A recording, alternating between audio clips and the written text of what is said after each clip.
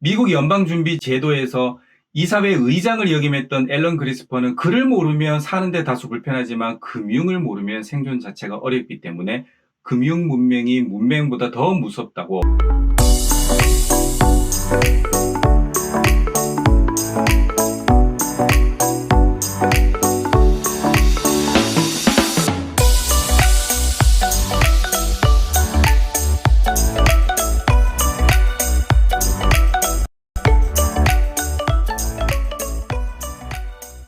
안녕하세요. 해외 금융 읽어주는 남자 해익남TV입니다. 전 세계에서 가장 열심히 일하고 오랫동안 일하는 국가는 멕시코 다음으로 한국입니다. 그럼 열심히 노력한 만큼 박수 받으면 노후에는 행복해야 하겠죠. 하지만 아쉽게도 OECD 국가 중 70대 이상 자살률이 가장 높은 국가가 한국입니다. 가장 열심히 했는데 자살률이 높다. 한국의 65세 이상 노인 빈곤율은 43.4%, OECD 국가 중 1위를 차지했어요. 즉, 경제적 어려움으로 자살률이 1위라는 불명예를 아는 거죠. 한국인들 너무 불쌍합니다. 그래서 이번에는 한국인도 부자들을 쉽게 따라할 수 있는 경제적 자유를 달성하는 방법을 알려드리겠습니다. 여기서 경제적 자유는 일반 직장인도 안정적으로 7%대의 장기 수익률을 내면서 노후에 더 이상 돈을 위해 일할 필요가 없을 정도입니다. 그럼 그 첫 번째 시간으로 자본소득 시대, 왜 자본소득을 축적시켜야 하는지 알려드리겠습니다. 소득은 크게 두 가지로 나뉘죠. 노동소득과 자본소득. 노동소득은 오직 나의 노동력을 갈아 넣으면서 소득을 얻는 것인데 여기서 키포인트는 반드시 건강해야 한다는 점. 자본소득은 돈이 돈을 버는 구조, 즉 자신이 가진 재산을 이용하여 얻는 소득이죠. 예를 들어서 부동산 임대소득, 저축이나 채권 투자의 이자소득, 주식 투자의 배당 소득 등이 있습니다.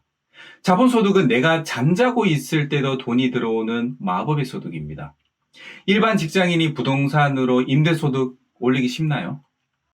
다들 단기간에 큰 돈 벌고 싶어서 주식이나 코인에 주변 지인 말만 듣고 투자해서 다 날리고 사적연금이나 퇴직연금 수익률은 1%대 머물고 있고 어찌 보면 이런 금융 환경에서 높은 수익률의 자본소득을 기대한다는 것은 허황된 꿈일 수도 있습니다. 한국 노인의 소득 중 절반 이상은 일을 해서 벌어들이는 노동소득입니다. 이 기사에 따르면 오래 일하면 부유해야 하지만 나이가 들수록 빈곤율은 떨어지지 않고 있다는 것. 전문가들은 질 낮은 일자리 외에도 금융을 이해하고 활용할 수 있는 금융 이해력이 부족한 점도 원인이라고 지목합니다.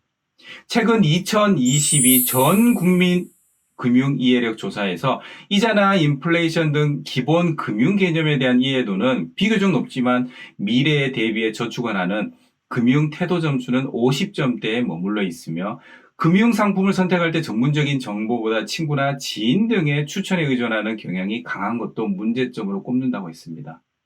이 조사 결과에 나와 있듯이 한국인은 일하는데 신경 쓰느라 금융까지 챙길 시간적, 마음적 여유가 없었던 거죠.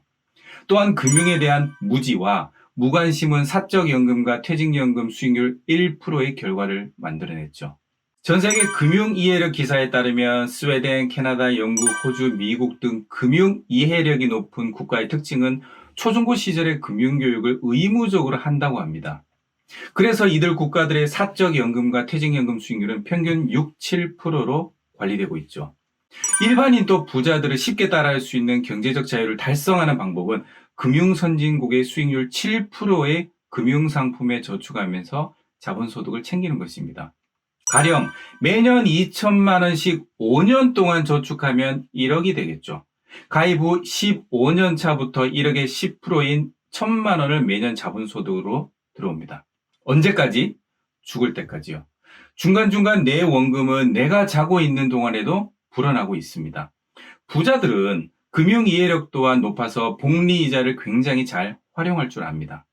지난주 시리즈에 이어서 일반인도 부자들을 쉽게 따라할 수 있는 경제적 자유를 달성하는 방법, 그 두 번째 시간으로 달러 자산입니다. 왜 달러 자산으로 내 자산의 일부를 저축시켜야 하는지 알려드리겠습니다. 부자들은 자본소득을 축적시키는데 원화 자산이 아닌 달러 자산으로 만들어요. 왜 달러 자산으로 만드는지 알아보겠습니다. 첫 번째로 기축통화. 기본적으로 우리나라는 수출 의존도가 높은 나라이며 GDP 대부분이 수출과 수입으로 이루어져 있어 미국이나 중국 등 경제 강대국으로부터 심하게 의존하는 경향이 있죠. 사실 우리나라뿐만 아니라 미국은 중국과, 중국은 미국과 커플링 되어 있다고 볼 수 있으니 전 세계가 하나의 경제권이라고 봐도 될 것입니다. 그렇다고 하더라도 여전히 미국은 세계 최고의 경제 대국이에요. 이는 바로 달러가 가지는 기축통화 지위 때문이죠. 원화를 달러로 바꿀 때 필요한 환율 개념이 중요한 이유이기도 합니다. 두 번째로 안전자산. 세계 경제에 위기가 발생한다면 그림과 같이 달러 값은 상승하게 됩니다. 경제 위기로 인해 기업이나 개인은 주식과 같은 위험 자산을 팔고 대표적인 안전자산인 달러를 매수하려고 할 것입니다. 이렇듯 세계적인 위기나 불안감이 발생하게 되면 보유하고 있던 자산들의 가치가 떨어져 달러와 같은 안전자산을 보유함으로써 위험자산에 대한 해지 수단으로 유용하게 활용할 수 있습니다. 현재 불행하게도 우크라이나와 러시아가 전쟁을 하고 있는데 우크라이나 국민들은 과연 러시아가 먼저 침공을 할까라는 생각을 했을까요? 대부분의 사람들은 전혀 생각지도 않았을 겁니다. 전쟁으로 인해 우크라이나 사람들이 피땀 흘려 모은 돈, 부동산, 휴지 조각으로 변해버렸죠. 이 와중에도 현명한 사람들은 미리 자산의 일부를 분산 투자 차원에서 달러 자산으로 이전하신 분들은 자산을 안전하게 지켜낼 수 있었습니다. 한국과 북한은 준전시 상태에 있는데 김정은이가 정신이 이상해졌든 미국이 원인이 됐든 미사일 오발로 한국 땅에 떨어뜨렸다면 우리가 갖고 있는 자산은 어떻게 될까요? 우리의 경제는 어떻게 될까요? 마지막 세 번째로 성장성. 미국은 우리가 싫든 좋든 국제정치, 경제, 금융, 미래를 바꾸는 기술, 에너지 등 거의 모든 부문의 패권국이며 적어도 수년간 이런 지위는 변하지 않을 것으로 보입니다. 미국은 세상을 바꾸는 변화를 주도하는 독점적 시장 지배력을 가지는 글로벌 탑 기업이 가장 많은 국가입니다. 그 증거로 최근 15년간 코스피와 나스닥 주가 지수를 보면 알 수 있어요.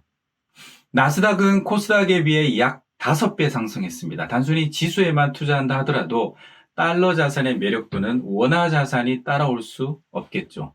끝으로 정리하면 일반인도 부자들을 쉽게 따라할 수 있는 경제적 자유를 달성하는 방법은 국내 금융상품의 원화 자산이 아닌 해외 금융상품의 달러 표시 자산을 선호한다는 것입니다.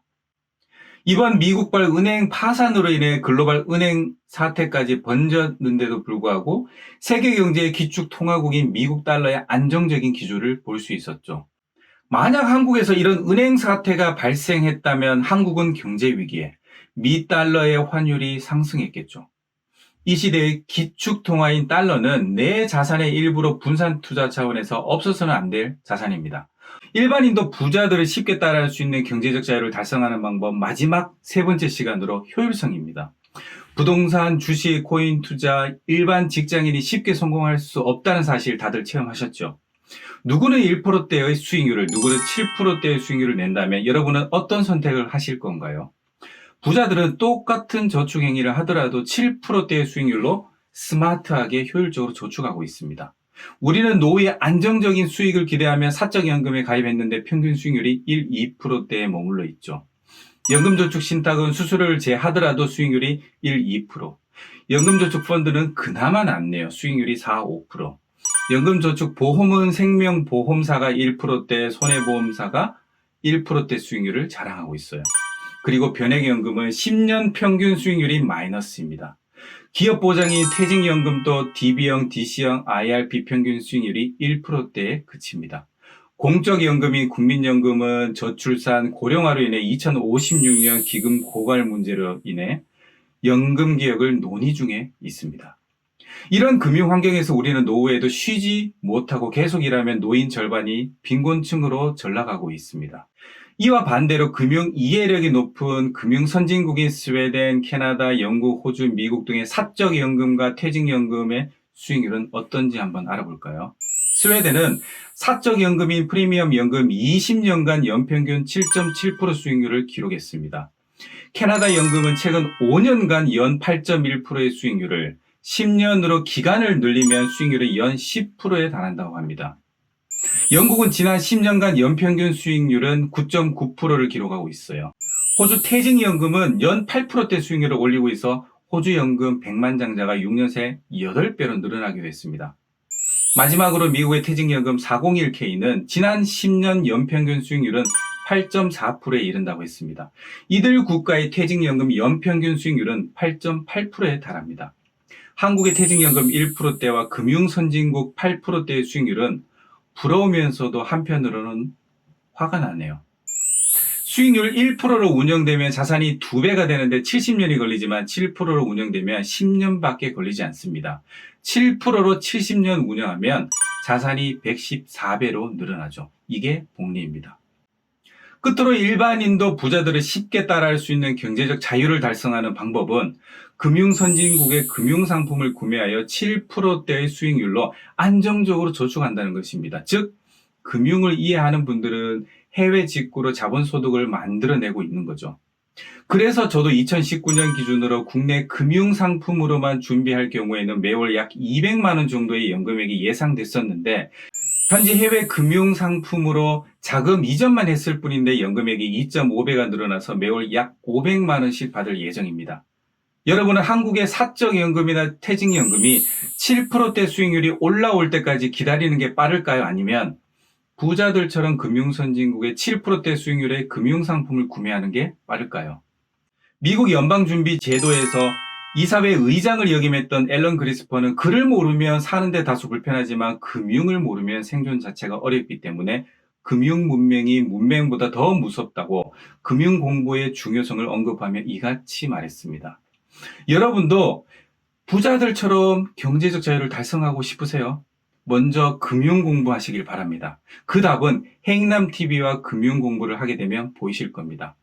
오늘 내용이 도움되셨다면 구독과 좋아요 꼭 눌러주세요. 지금까지 시청해 주셔서 감사합니다. 행복한 하루 보내세요.